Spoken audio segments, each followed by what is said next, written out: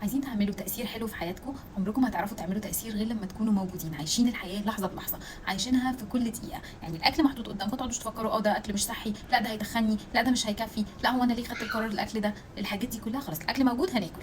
نازلين نعمل رياضة ولا بنتمشى، ده انا تعبت، لا ده انا عايزه اشرب ميه، لا ده انا كنت نازله مش عارف ايه، ده انا اللبس مش عاجبني، اللبس مش مريح. خلاص انا بتمشى، هركز في التمشيه، هركز في لو لقيت حاجه طبيعيه حواليا هسرح فيها، بسمع ميوزك معينه هركز فيها، بركز في الحاجه اللي انا بعملها. دي مهمه جدا. تاني حاجه، خلصوا من اي حاجه تعمل تشتت. التليفون اكتر حاجه بتجيب تشتت في الحياه، فخصصوا وقت من يومكم اول ما تقوموا من النوم وقبل ما تناموا ما تمسكوش التليفون ايا كانت المغريات، او تقريبا بالذات يعني اول ما تصحوا من النوم، لان عقلك بيبقى لسه بيتبرمج، فما تدخلوش اي حاجه ممكن ان هي تشتته. اهم حاجه بقى تانية ان انتوا تركزوا في التفاصيل. تركزوا في التفاصيل يعني ايه؟ يعني طول ما احنا ماشيين لقينا لون السما حلو، لقينا ورده لونها حلو، لقينا ريحه برفيوم حلوه، ركزوا في الحاجات الحلوه، اسرحوا فيها. الحاجات دي بجد بتخلي يومكم يروح في حته تانية خالص، وبتخليكم تعيشوا السعاده في كل لحظه في حياتكم. تقريبا قربنا نوصل لنهايه ال 30 يوم سعاده، بكره هينزل لكم اخر يوم، اتمنى تكونوا استفدتوا منه، واشوفكم في فقرات تانية وفيديوهات تانية.